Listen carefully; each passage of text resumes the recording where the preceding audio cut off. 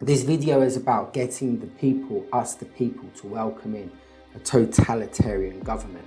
And it's going to be doing that using viruses. This isn't about coronavirus or SARS or Ebola. This is about viruses which are going to come to us in the future. But I'm using the viruses that we've already had in society to prove my point. As we go through the coronavirus, this is like an Orwellian wet dream on ketamine.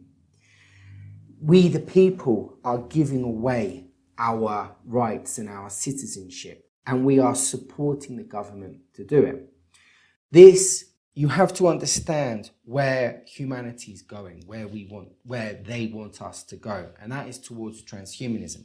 Transhumanism is basically about creating a third type of human, but you can create different types on the way. The first type is going to be probably the cyborg. It's where technology and humanity meet.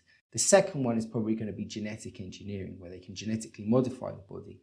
Then you could create a third type of human, which would probably be genetically modified and also technologically enhanced. That's why we're seeing a lot of these films coming out like X-Men to sort of get us used to this idea of transhumanism, the ideas and goals which are coming in the future. The virus is better than a terrorist because the virus gives the government much more control over us than a terrorist ever has. All the government needs to do in order to create large changes in society welcomed by the people is to introduce a problem on a global scale.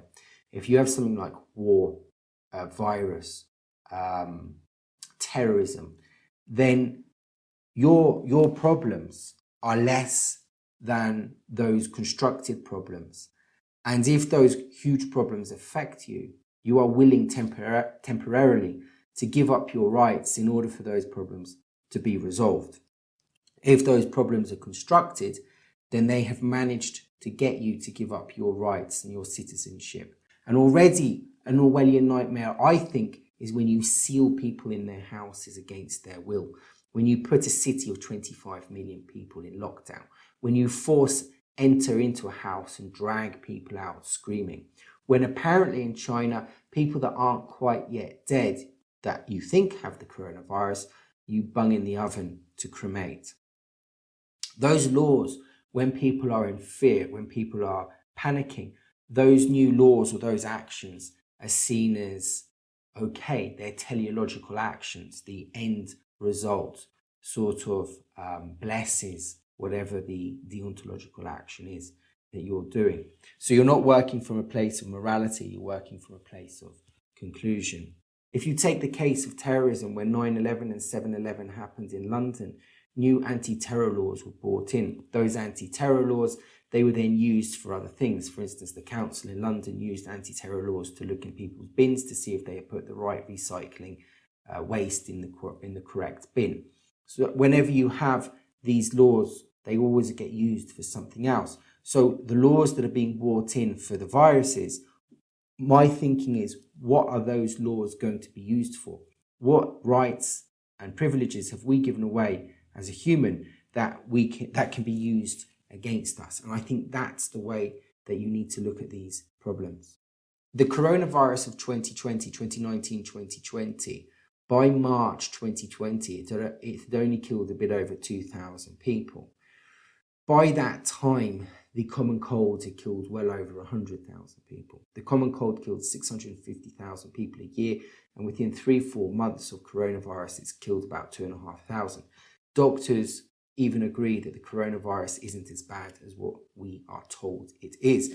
And we're told it is by the media. The media has hyped up this problem, telling us that it's a pandemic when it's not yet a pandemic. It may well become a pandemic.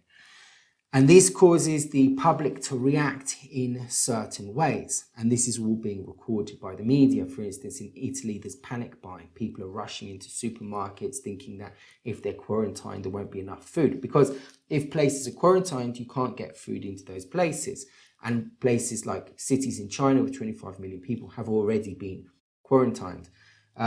Medicine, you won't be able to get access to medicine. Face masks that people believe protect you against coronavirus and probably other influenzas, they've now sold out. The prices have gone from, let's say, £1 to £20 or £30. So they've gone up 20, 30, times the price. You've had crew members on luxury liners that have been banned from entering into ports, having to suppress mini rebellions with pepper sprays. Therefore, you've got authority which is keeping down people which are trying to get out of the ship. You have people that in Paris, they've said that there can't be any more meetings with more than 5,000 people. So for something for something which is less than a cold, which has been hyped up more than a cold, you've seen all your freedoms as a human suddenly disappear. Now, the government is going to need, if the government wants to take control over humans, it would need to take control over industry, transport, the movement of people, and forced imprisonment if they move, basically to give up all their sovereignty, to give up all of their rights. And the coronavirus has proved that it is possible to do that, and the people are quite happy to give them up if they think that they're being protected. So you have the state. The state it's thought that the state in the future wishes to control industry. It wishes to control industry because the environmental agenda is to stop industry because it's destroying our environment. Yet there's lots of data that the sun is the one which is heating up, which is causing global climate change. And maybe humans are aggravating the problem, but they're not the ones that are causing the problem. Humans are causing pollution with plastics, but plastics are not being looked at as much as CO2 emission. CO2 is a very important gas for plants, and in our past, CO2 has been a lot higher.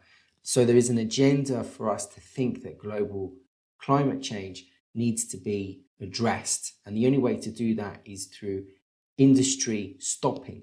The way you can control industry is if you bring in a virus. If you bring in a virus in order to make industry work, and people don't want to go to work, or it gets closed down, or you have laws of restrictions of movement, but you can allow people that are working in industry to keep moving, to keep the economy going, then those would have to be given to the government. And as I said with terrorist laws, is that if you bring in a terrorist law to stop terrorists, they then start using it for garbage. If you then bring in laws for industry, for viruses, you can then use those laws for other things that we don't expect. And that's the problem. What are these laws going to be used for?